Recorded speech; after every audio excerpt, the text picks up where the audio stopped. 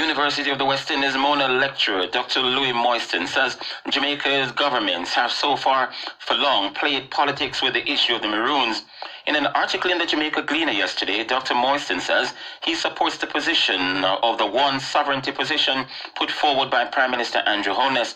The Apangkong Maroons have been claiming they are a sovereign state and are entitled to govern themselves.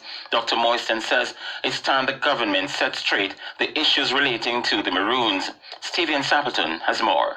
The UWI Mona lecturer says he has roots in what he calls the Bogle clan of St. Thomas, and he says his ancestors have been massacred by the Maroons. According to Dr. Moyston, the Maroons were enemies of freedom and independence in Jamaica. He says there's no telling when the Maroons will seek to block efforts of development in the cockpit country. There was never any sovereign status in the Maroon in Jamaica. The Maroons were there. They were there to be mercenaries to the British, who did not have a standing army in Jamaica. This part of the history of so-called heroes in Jamaica, the Maroons should have never been a part of it, because they were never a part of the liberation of the Jamaican people. They were a set of selfish tribes who were traitors to liberation and freedom in this country. We have been playing politics with this Maroon thing for so long, and we need to straighten it out right now. Dr. Moyston says the Maroons should repent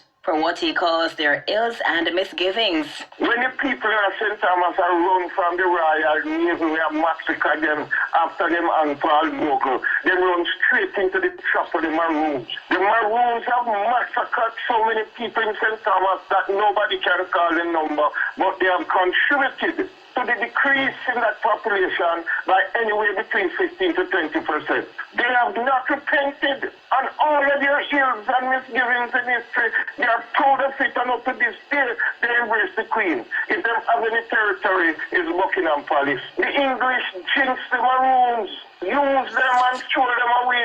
He's also taking issues with the decision to name Nanny of the Maroons a national hero. When they were organizing in the 1970s about a new national hero, and it was the mythical figure of Nanny, because nobody had no identification. If you are going to tell me that Nanny was a general that used a Batman, catch bullets and fire them back, then I'm not going to be in any historical discussion with you. And there was this competition between Nanny and Taki. Nanny is a mythical creation to deal with gender politics in the 1970s by the PNP.